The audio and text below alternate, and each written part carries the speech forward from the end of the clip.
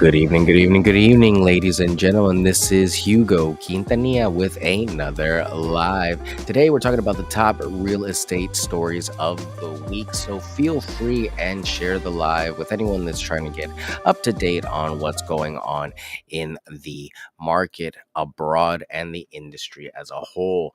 I, as always, am still your realtor, Hugo, licensed in Maryland with Long and Foster, Hugo Quintanilla if you'd like to Google me. And today we're going to be talking about the top 10 stories in the last about 2 weeks or so. There's some, you know, in no particular order, no particular importance. These are just some stories I've seen that really are worth taking note in the industry. And actually, let me swap this out here because this is going to confuse us here. So hide that there. Um, at the end of the day, the news stories of the week are here to help kind of illuminate a little bit more about what's happening in the industry. And as I was telling people on Instagram, I really appreciate the feedback that some of you have been leaving on the DMs and on the comment sections. I've been going back, and that's actually going to influence some of the content that I make from here going forward. So if you have any comments about some of these questions, feel free and leave them in the comments below because you never know who could engage with that and who would actually be watching. Remember, we are on a national stage here and we are talking about a lot of topics that impact a lot of different cities. Now, obviously, in some cities, it's more impactful than in others. But at the end of the day, this is something that impacts American real estate. And it's not that I highlight one organization over another. There's no real preference. It's just how these stories tend to paint a general picture of the US market as a whole. Because really, my specialty is in Maryland. I can talk to you all day long about Montgomery County, but when it comes to the national headlines, there's a lot to digest sometimes. And we could spend 15 to 20 minutes on each one of these stories. And there really is not enough time to go into the details of all of them. So if you have any questions about these stories, because this is going to be a little bit more of a chock full episode, um, leave them in the comments below. Okay. Thank you so much for the patience and with that intro. Number one for this week is going to be settlement approval in major real estate cases. This was published on May 9th by WRE News. Keller Williams and Remax received court approvals for their settlement agreements regarding commission practices. This article discusses the legal implications and potential industry wide impact on real estate commission structures. And we're already starting to see that start to convey into the market. So, I just had a listing that I talked to a lot of unrepresented clients, and a lot of people are unaware of what's happening. So, when it comes into the matter of educating clients, I feel like doing the right thing is being transparent and being open with clients about what's happening, but also not harboring too much on it because as you can see there's so many moving pieces and so many things that are still happening and haven't happened that if you spend too much time on one update, there's going to be three more updates that you missed. So it's great that these organizations are all moving closer towards finalizing their settlements. And that's really where we all want to be. I think every brokerage in the industry wants to put this silliness behind them. And not to belittle, anyone's point or anyone's, arguments, but it really has impacted the industry in a very significant way. And I think every organization involved now sees that, hey, maybe defining a few things might be a little bit better. But at the end of the day, a lot of these choices are made by heads of organizations that are outside of the normal everyday realtor. So I wouldn't harbor too much on this. At the end of the day, real estate is negotiable. I always tell you that. Your commissions with your realtor are negotiable, so discuss those. And these are all open public knowledge. You can look this up. I'm not telling you anything secret. So just be aware that there are going to be changes coming up, because I know a lot of people are looking forward to the interest rates going down to hop into the market. But by the time that happens, the market as a whole might be different. So I don't know if it might be worth the wait. Number two, mortgage rate decrease. This was on May 9th, again by WRE News. Details the recent decrease in the 30-year fixed rate mortgage to 7.09%, discussing its potential effects on buyer affordability and market activity, which could influence the short term real estate market dynamic. Right now, the rumor on the street is that we're going to see probably no lower than 6.55 by the end of the year, if that. So keep that in mind. It's, not fantastic. 0.5% translates to very little a month. So remember, the important thing is that we are paying attention to the monthly payments and that we can afford the monthly payments, so that we're not really chasing our own tail, so to speak, and trying to look for homes that we can't afford. Number three, economic role of housing in inclusion, May 9th, 2024. The editorial emphasizes the vital role of housing in economic inclusion, arguing for policies and practices that ensure housing accessibility to support broader economic stability. And I think we can all attest to how housing can change lives.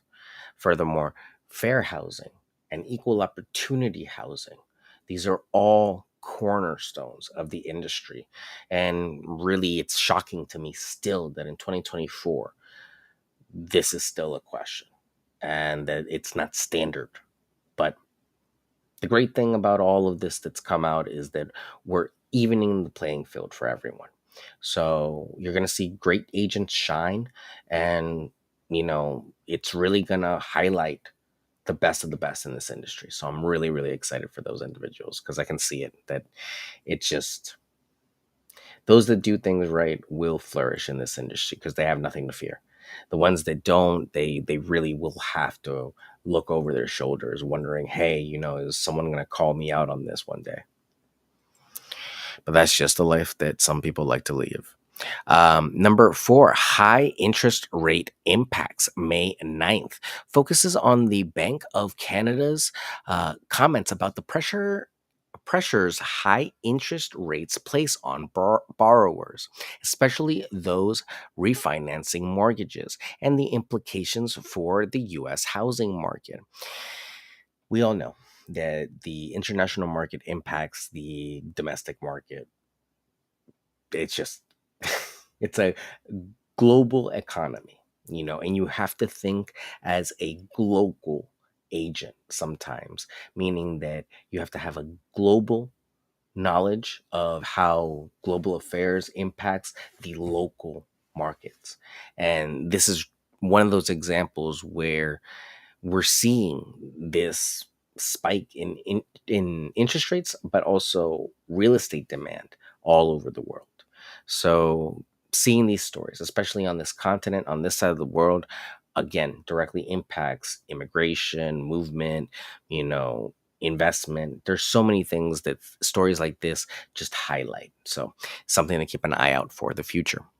AI productivity tools for real estate agents, May 6th, 2024, by Inman, introduces new AI tools designed to enhance productivity for real estate agents, detailing how these technologies can improve efficiency and client interactions in the real estate sector.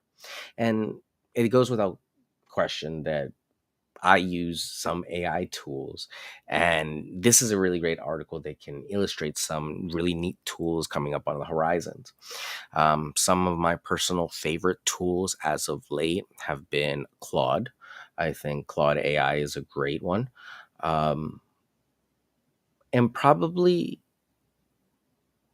I've been very surprised with CapCut. CapCut generation and CapCut AI, just how quick they have developed into um, the generation of video, because that still seems to be the one limitation that a lot of these services have, is they a lot of them can produce photos but not video. Why you would need video for real estate? Well, there could be a whole series of reasons. If you wanted to, like, maybe do remote tours, or maybe something virtual, but AI is still very, very new. So anything that you input into any of these services, make sure that you are aware of the legalities of that and also the implications of that. These services are not private, and anything that you put into them is being used to make the model better. So, if you have any further questions or any of your favorite AI tools as of late, leave them in the comments. I would really love to explore some new tools, so let me know. Number six, challenges of commission payments in real estate transactions. This was published in May 6, 2024 on Inman. Uh, offers are in depth excuse me, offers an in-depth look at the complications that arise when sellers refuse to pay the buyer's agent's commission, and provides strategies for agents to handle these situations. Inman does a lot of work for the real estate industry, so their focus is typically towards the real estate agents. But again, this is the wave. This is the motion. This is what's happening and to come, that the industry is going to change. You haven't seen it as of yet because the changes haven't been made mandatory and there's still, dust left to settle. But for the most part, huge organizations like NAR and GCAR and Maryland Realtors are all making strides towards doing something about the change in the industry. So you will see changes. When precisely, couldn't tell you, but it could happen anytime, probably before October. Number 7, rising real estate brokerage revenue. Rising real estate brokerage revenues amid market challenges. This was May 7th, 2024 by realestatenews.com. Reports on real brokerage's significant revenue increase despite the volatile market, and discusses the strategic maneuvers helping the company navigate economic fluctuations. Real brokerages has had some challenges. A lot of the startup real estate firms, tech firms, have had challenges in the past, but it's great to see that they're keeping on chugging along as the market changes. Because in any market, volatile or not, it's difficult to continue to perform at such a high level. So that's great for them, and we wish them continued success. Number 8, impact of laws on real estate practices.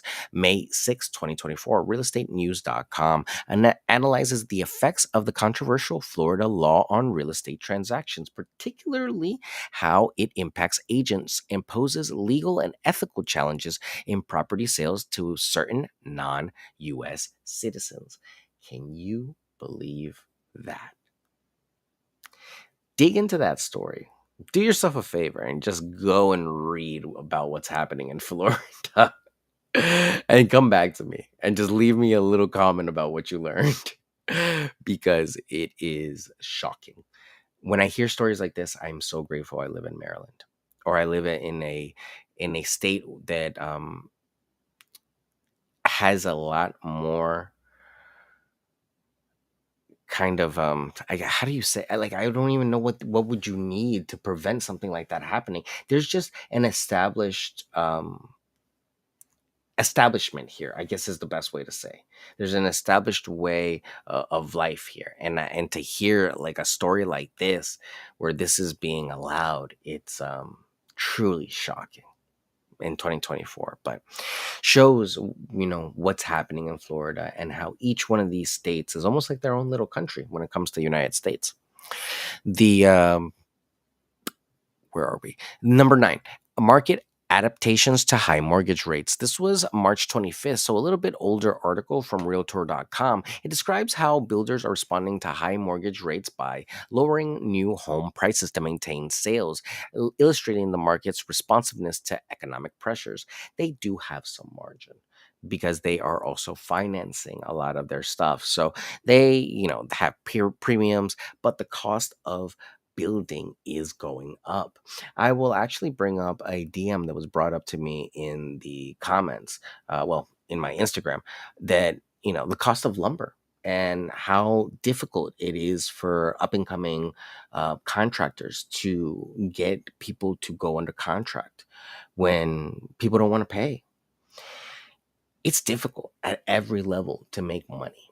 And it's really sad that, especially in the contractor community, that still occurs. You know, I believe more than anything, stereotypes are horrible for any industry. And that being said, I also think there are a lot of bad actors that make it horrible for a lot of people. So when stuff like that goes down, really the best thing I can tell you is to follow best practices. As a business owner, you can't lose your cool. And as businesses, these organizations, they have margins built in. So they're never losing. You have to think of your own business that way. Are you producing money enough to cover yourself if the loss happens? Because you never want to be put in a situation where you're going to be left for a loss. And you never want to leave yourself exposed. I believe in believing in people. I get it. And you have to put yourself out there sometimes. But saving yourself some hassle by writing yourself a contract is a great way to save yourself a lot of complication. Protect yourself, not just protecting them, but you're also being transparent. So there are a lot of, best practice things that the industry has done at every level to try to adjust and make adaptations to the new market, because everyone's making concessions and making cuts. There are organizations like Curbio, that's a company that comes in and they will do everything to revamp and renovate a property before putting it on the market. And they'll get it all done, and you'll be able to pay them after you sell the home. I don't know too many contractors that can do that off of the street. But because of organizations like Curbio, you also have the smaller mom and pop organizations that have suffered um, in regards to staying in business, and contractors that now are retiring, not having anyone to take over their business. So I say all of this to say that the mortgage rates are the tip of the iceberg. The cost of homes is factored in from the bottom up, meaning that from the gravel you use, the cement that you pour, the nails that you throw down, the wood that you're applying, the contractors that you hire, all of these costs start to add up. So when you really start to break it down and start to, do the math on where these houses are and how much they're worth and how much they're valued, it really starts to make a lot more sense why people are charging the prices that they're charging. Is it fair? No. But we adapt, we grow, and we make do, and we make it work. So the worst thing you can do is stay stagnant and stop. You got to keep moving. And lesson learned. And best believe it's not going to happen again. So I can talk about contractors and horror stories all day long, because I hear them all day long from clients. Um, but at the end of the day, things are not going to get less expensive. So we need to all keep that in mind, that you need to value your own work the same way that you expect other people to value it. So being conscious of price is another big thing too. because that's something that I find more difficult than anything is that, what's the tipping point? How much is too high and how much is too low? But that's, a conversation for a different day, because the last one for tonight is going to be future projections of mortgage rate increases. I'm your favorite realtor, aren't I? May 7th, 2024, realestatenews.com. Based on New York Fed survey, this article predicts significant increases in mortgage rates over the next few years and explores the potential impact on home buying trends and affordability. We're going that route. And reading this article is a great way to get informed. This article is only about maybe a week old at this point, a little bit less, but it's a scenario. It's not what's gonna happen, but it's what can happen. So keep it in mind. Just mindful of the things that are happening around us.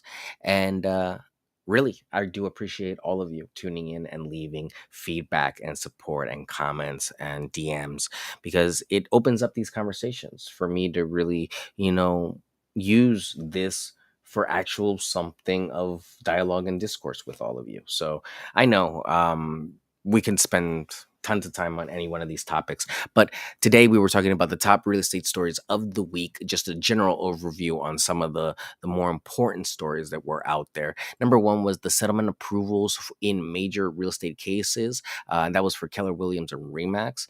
The mortgage rate decrease that happened for the 30-year fixed rate. The economic role of housing in inclusion, how fair housing and equal opportunity is impacting the real estate industry. High interest rate impact, how the high interest rate is really putting a slowdown on the market in some areas, in some regions. Number five, AI productivity tools for real estate agents. More than ever, we're seeing AI get itself involved into every part of our lives. Number six, challenges of commission payments in real estate transactions. The challenges are going to be many in some jurisdictions, because not everyone has been doing the same. So we are going to see the industry change. So stay tuned on that. Number seven, rising real estate brokerage revenues amid more market changes. Excuse me. That one speaks on real mortgages, significant revenue increases, because the market is still plugging away. And even though it's changing and some markets are going up and some markets are going down, there is still real estate to be sold. It's just who needs to buy it and where. Number eight, impact of laws on real estate practices. We were in particular talking about that controversial law in Florida that's preventing property sales to certain non-US citizens. Number nine, market adaptations to high mortgage rates, where I was talking about the realtor.com article from March about new home prices because of the cost of, the mortgages, how they are addressing that by lowering prices and other things. Number 10, future projections of mortgage rate increases. This is a New York Fed survey that is just a projection, of forecast, not written in stone, but as of right now, a very interesting take on what could happen coming the next few years. So, as always, ladies and gentlemen, it is my pleasure to speak with all of you. I really do appreciate it. I appreciate your transparency, your honesty, and your trust. So, if you do want to have more conversations about this stuff, really, that's what I'm here for. So, thank you to everyone that came out to the event on Sunday. I really do appreciate all of you that still came out, even though the property was not available. I do appreciate it. And yeah, I look forward to working with all of you. If any of you need help buying, selling, leasing, or investing real estate in Maryland or, you know, the US, internationally, I'm always here to help. 240-389-4846. My email is hugo@lnf.com, and my website is yourrealtorhugo.com. All right. So take care. Have a great night. Happy Mother's Day to all the mothers and mother figures out there. I really do hope that you all enjoyed your day. You deserve it every single day.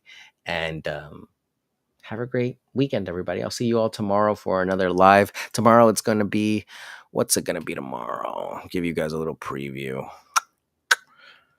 Actually, I shouldn't even give you guys a little preview. No, tomorrow is going to be house hunting, how to find your perfect home. And I'm going to actually probably walk you through my app. I think that'd be a good way to just kind of check it out. You guys can download it if you want, and you guys can hop onto it and start checking out houses this year. All right. Take care. I'll see you all tomorrow. Have a great night. Happy Mother's Day. And I'll see you all tomorrow.